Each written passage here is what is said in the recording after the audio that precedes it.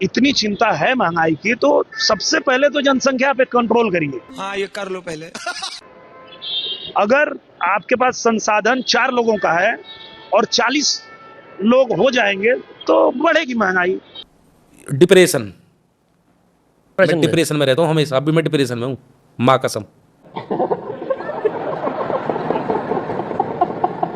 तो हमको लगता है कि सबसे पहले उस पर ध्यान देना चाहिए हम लोग। दोस्तों, इनको तो आप जानते ही होंगे, ये बीजेपी के नेता दिनेश लाल यादव हैं, जिनको लोग प्यार से निरहुआ के नाम से भी जानते हैं। भाई साहब कह रहे हैं कि अगर महंगाई की इतनी चिंता हो रही है तो जनसंख्या कम कर दीजिए। ये तो लेटेस्ट न्यूज़ है। आपको जनसंख्या कंट्रोल करने की जरूरत है। आखिर इतना बगैर सर पैर की बात कोई कैसे कर सकता है? अरे भाई साहब, आप खुद बताइए कि मेरे घर में अगर 2 लोग हैं फिर भी तो मुझे उतनी ही महंगाई लगेगी। मैं 2 क्या 4 के लिए भी अगर चीनी खरीदूंगी तो भी मुझे 70 रुपए किलो ही मिलेगी। सही पकड़े हैं।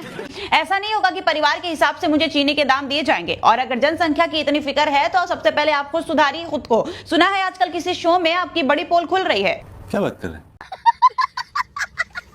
भारत कृषि प्रधान देश था, लेकिन प्रधानमंत्री एक दिन आए और आने के बाद देश की हालत ऐसी कर दी कि आज बाहर से चीनी खरीदने की नौबत आ गई है। कुछ शर्म आया है?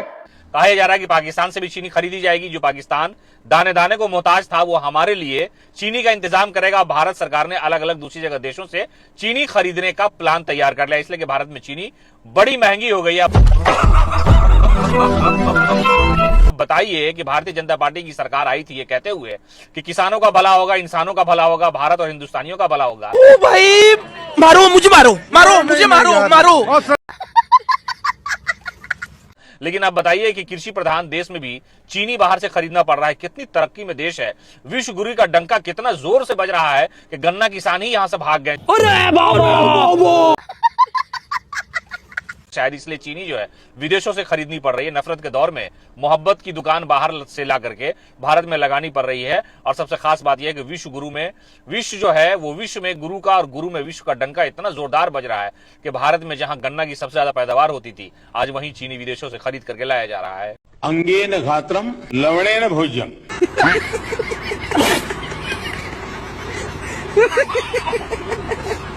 जैसा कि आप लोगों ने शुरुआत में देखा, निरहुआ जी ने कहा कि अगर आप लोगों को इतना ही महंगाई की चिंता है तो पहले जनसंख्या पे कंट्रोल कीजिए। अगर आप लोगों के पास साधन 4 लोगों का है और 10 लोगों का ज़बरदस्ती करेंगे तो जाहिर सी बात है महंगाई तो बढ़ेगी। अब क्या बोले इनके लिए, अब क्या बोले क्या हम इनके लिए, बताओ। ये बीजेपी में गए हैं तो ये लोग पागल हो गए हैं, पागल। अब जाहिर सी बात है ये लोग को अच्छे से मालूम है हम लोग कुछ भी बोलेंगे, मोदी जी तो है ही पीछे खड़े। खैर, आप लोगों का क्या कहना है, क्या बोलना चाहेंगे निरहुआ को लेकर? क्या इन्होंने जो कहा वो सही कहा या फिर गलत कहा, ये हमें कमेंट बॉक्स में बताइए। तो चलिए वीडियो को शुरू करते हैं। पागलो,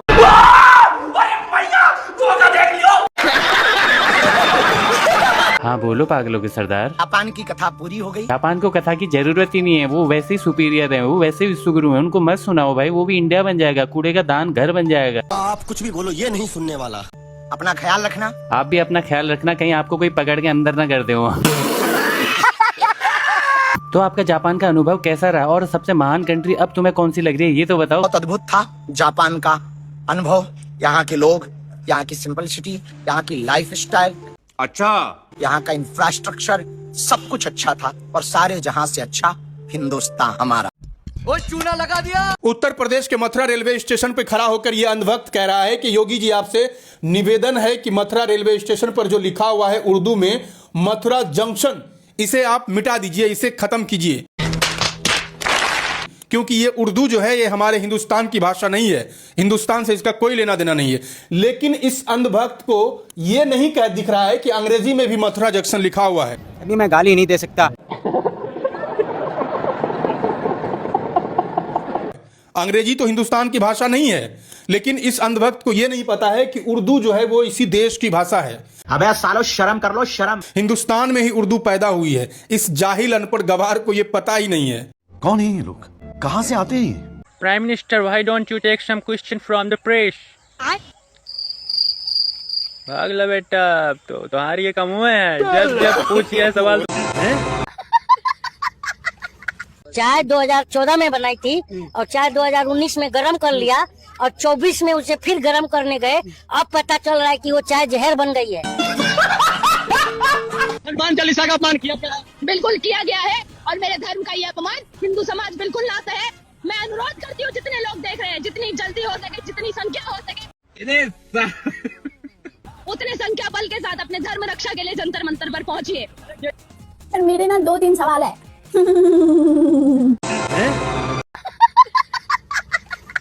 पहला सवाल, कौन कर रहा है हनुमान चालीसा का बदनाम? कौन कर रहा है उनकी बेइज्जती? हाँ, क्योंकि सब तो तुम्हारे ही लोग हैं। हर्ष भाई को तुमने घुसने नहीं दिया, न्यूज पिंच के एग्जीक्यूटिव को तुमने भगा दिया, तुमको अपना ही तुम्हारा जर्नलिस्ट उधर बैठा है, तुम्हारे खुद के ही लोग बैठे हैं भगवा कलर का गमछा पहन के, बाहर के लोग तो है ही नहीं। बदनाम कौन कर रहा है? और एक तो ना तुम लोगों ने देखो, फ्रीडम ऑफ स्पीच सबके लिए सेम है, भले मैं तुम्हारे मत के साथ सहमत हूं ना हूं, पर तुम्हारा भी हक है। पर पहले डिसीजन तो ले लो, करना क्या है? रिजर्वेशन हटाना है, पर तुम लोग ब्राह्मणवाद का नारा लगा रहे हो। तुमको मतलब मेरे को तो समझ नहीं आ रहा है, ये रिजर्वेशन हटाओ का है कि तुम क्या चाह रहे हो? उधर हनुमान चालीसा कहाँ से आया? उधर तुम लोग तो जय श्री राम का नारा लगा रहे हो और बोल रहे हो छात्र लोग है। कौन छात्र लोग है उधर? एक भी वीडियो में मेरे को पढ़ा लिखा शक्ल का इंसान लगा नहीं नजर। हाँ? कौन तुम? कौन बदनाम कर रहे हो? तुम लोगों के लोग हैं उधर। तुम ये कुर्ती 3 दिन से पहनी हुई हो, 3 दिन से। घर जाओ, बदलो इसको, बदलो। और जो आप पूजा की विधि बता रहे हैं, देखिए पूजा की विधि तो अब समय अनुसार जैसे भक्त निकालेंगे। हम लोग तो भगवान मोदी जी का चालीसा गाते हैं। कुछ शर्म आया है?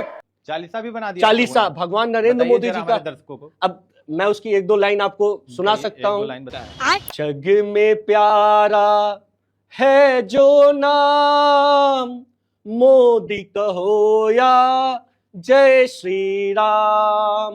अल्लाह माफ करे, बहुत मनुष्य लग रहे हो, मत करो, रहने दो, बहुत बुरे लग रहे हो। तौबा तौबा तौबा, थारा मूड खराब कर दिया। हो जाएगा सबका कल्याण, जय श्री राम या मोदी लो नाम। शर्म करो, शर्म। ये दोनों नाम में कल्याण है, यही दोनों नाम से संसार में कलयुग में कल्याण की रचना करने वाले कौन है? आम लोग। जिस पर कृपा हुई उसने अपने हिसाब से महामंत्र बनाए। अच्छा, जिस पर कृपा हुई उसने अपने हिसाब से पूजा विधि बनाई। आने वाले दिनों में जैसे जैसे जिस पर कृपा होगी वो अपने हिसाब से इसकी पद्धति निर्धारित करेगा।